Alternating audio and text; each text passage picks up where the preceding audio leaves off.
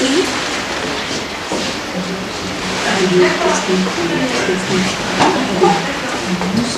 moi qui marche. Donc vous avez pu voir le bâtiment, l'énorme bâtiment, qui compose de 3000 et quelques personnes, dans lesquelles on reste uniquement dans le domaine du journalisme. Il y a France Inter, il y a France Info et il y a France Culture, France Musique, ce qui fait 3 rédactions qui travaillent ensemble. Je veux dire qu'il ces 3 rédactions qui sont séparées, mais naturellement il y a des journalistes de France Culture, des journalistes de France Inter, des journalistes de France Info, mais si tel reportage est fait par l'une des 3 rédactions et qui peut intéresser l'une des 2 autres, naturellement, il y a un échange. Nous ne sommes pas, il n'y a pas des cloisons vraiment entre les 3 rédactions. Donc pour France Inter, si vous voulez, dont je suis le directeur de la rédaction, nous sommes à peu près une centaine, c'est-à-dire à la fois au siège et comme correspondants à l'étranger, une dizaine de correspondants à l'étranger qui ne sont pas spécifiquement attachés à France Inter, qui peuvent donc travailler pour nous à l'occasion, en Amérique du Sud et en Asie notamment. Voilà, en gros, c'est, si vous voulez, comme ça que ça se présente. Alors la rédaction se compose, l'organigramme de la rédaction, si vous voulez, l'organisation de la rédaction, c'est un certain nombre de services spécialisés dans un domaine d'information. Il y a des informations qui sont recueillies par les journalistes d'ici, et qui viennent faire des papiers, une interview, un enregistrement, un son, etc., qu'ils ont recueillis ici sur place à Paris ou en province. Et puis il y a des éléments qui viennent de l'extérieur, par les radios locales de Radio France, on en a 47, dans 47 villes, qui couvrent à peu près l'ensemble du pays.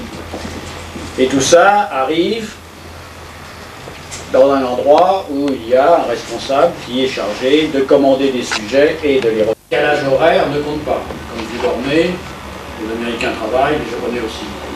Il peut y avoir des événements aux États-Unis et au Japon. Et puis c'est la même chose pour tout le monde. Je veux dire, c'est pareil pour toutes les radios du monde entier. Je veux dire que s'il se passe quelque chose de très important en France qui intéresse les Américains, même s'il est 2 h du matin chez eux, ce sera ici 2 h du matin. Ça tourne, la radio tourne, l'information tourne, programme, plein de journaux, si vous voulez, d'information.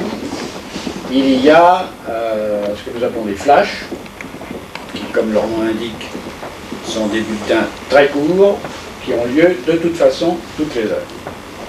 Toutes les heures. C'est-à-dire qu'il n'y a pas plus d'1 heure, 24 heures sur 24.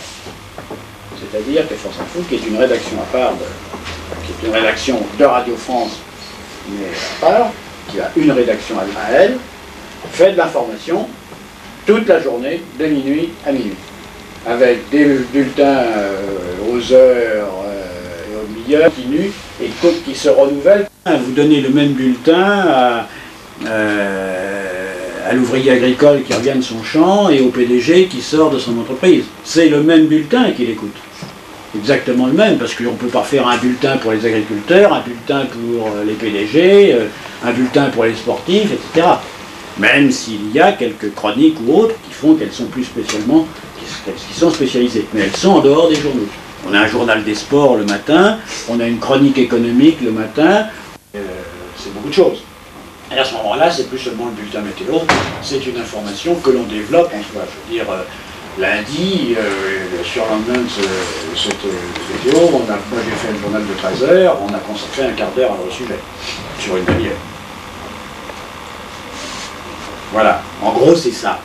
C'est ça le journalisme radio. Il faut naturellement négliger ni son temps ni sa peine. Il n'y a pas d'horaire, il y a des horaires, mais enfin, élastique, parce que si une information tombe importante, c'est justement le jour où le soir où vous avez décidé d'aller au cinéma, que dans votre secteur, il y a une information importante qui tombe et qu'on a besoin de vous pour la couvrir. C'est pas un boulot de fonctionnaire de 9 à 12 et de 2 à 6. C'est tout sauf ça. matin, quand c'est un jour particulier, mais disons quand on en est, j'arrive vers 7h, 7h30 le matin, je suis rarement parti avant 7-8h du soir. Et le dimanche et le samedi, ça compte pas non plus, parce que le samedi et le dimanche, bien sûr qu'il faut se reposer quand on peut, mais s'il arrive une très grosse information le samedi ou le dimanche, et ben on quitte le cocon familial. C'est pas de ma faute si la fusillade de la pièce Tenamen a eu lieu un dimanche, le 4 juin, et si le même jour, l'ayatollah Khomeini est mort. Le même jour.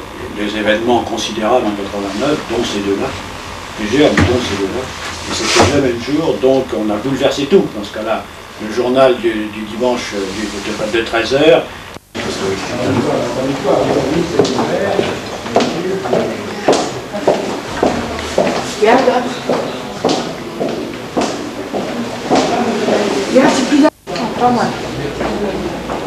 Avec un planisphère derrière.